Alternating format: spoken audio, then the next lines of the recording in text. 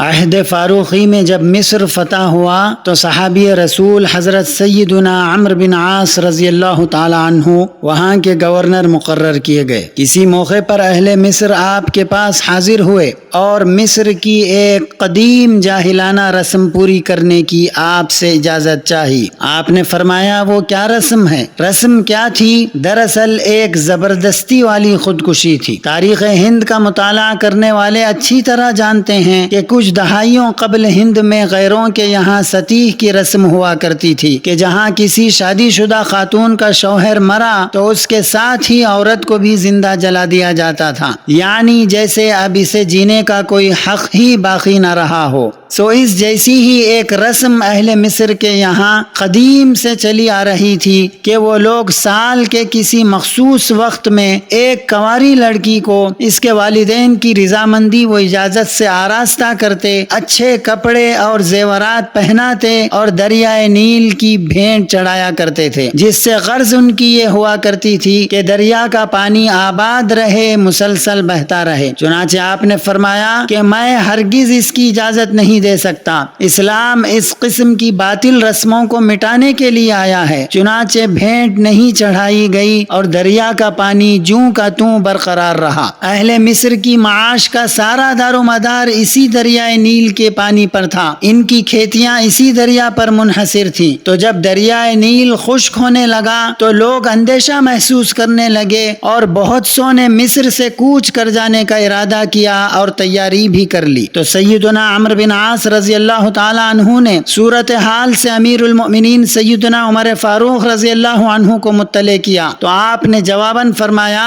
کہ آپ نے درست کیا، در حقیقت اسلام ان باطل رسموں کو مٹانے کے لیے ہی آیا ہے۔ اور آپ نے فرمایا کہ میں ایک لفافہ بھیج رہا ہوں، اسے دریائے نیل میں ڈال دینا۔ لفافہ کھولا گیا۔ لفافہ کیا تھا؟ خدا کی ذات پر کامل ایمان رکھنے والی ہستی جس کا ایمان و ایقان اس بات پر تھا کہ نفع و ضرر پہنچانے والی ذات صرف ایک خدائے وحدہ لا شریک لہ کی ہے، اس ہستی کے دریائے نیل کے نام صرف دو جملے تھے، جن دو جملوں سے خدا کی ذات پر ایمان و ایقان اور توکل جھلک رہا تھا۔ تاریخ عالم اور بالخصوص تاریخ اسلام اس واقعے کو اور ان جملوں کو کبھی فراموش نہیں کر سکتی۔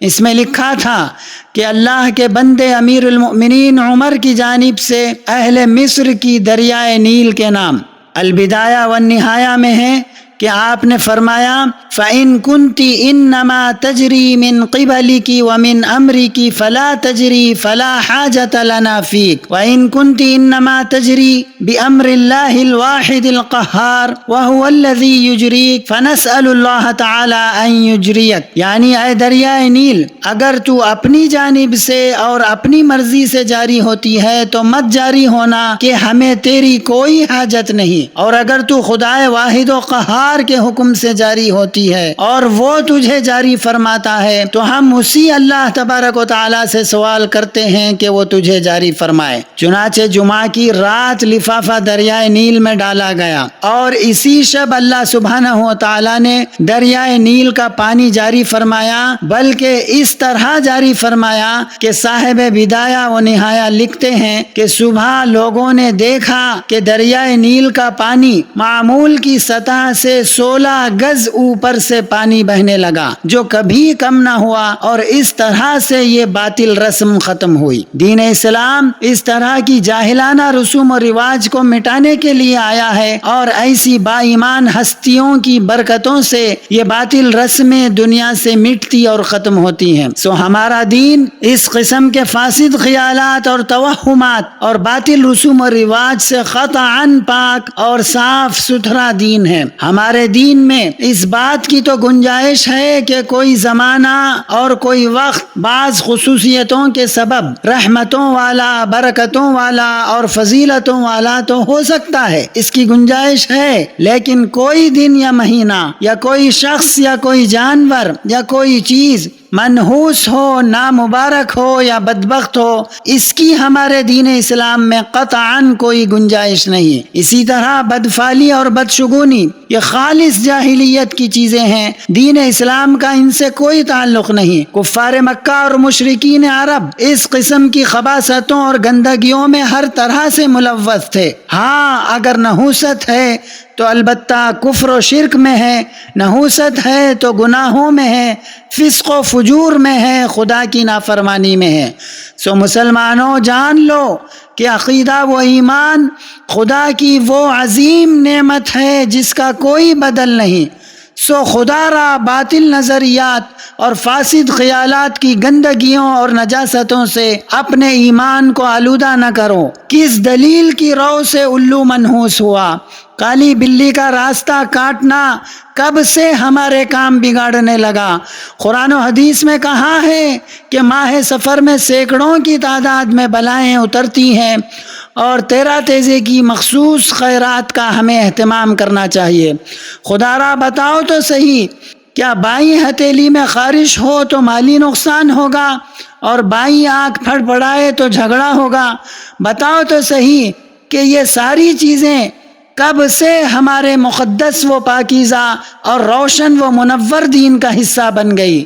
اگر ہماری سوچ و فکر میں اس قسم کی گندگیاں آ گئی ہیں اور ہم اگر اس قسم کے افکار و خیالات اور باطل نظریات کے حامل ہو گئے ہیں تو پھر جان لو کہ ہمارے دین و ایمان کو برباد کرنے کے لیے کسی یہودی کی ضرورت نہیں ہے، اور پھر ہمیں دنیا کی رسوائی اور آخرت کے خسارے سے کوئی نہیں بچا سکتا۔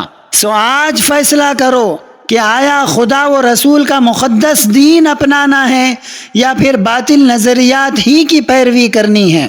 مدتوں اور زمانوں سے چلے آ رہے من گھڑت عقائد کی اندھی تقلید کرنی ہے، یا پھر آج اسی لمحہ فیصلہ کر کے خدا کی توفیق کے ساتھ اپنی آنے والی نسلوں کے لیے ایک صالح انقلاب پیدا کرنا ہے اور دین کی صحیح فکر، صحیح سوچ اور صحیح عقیدے پر ان کو گامزن کرنا ہے۔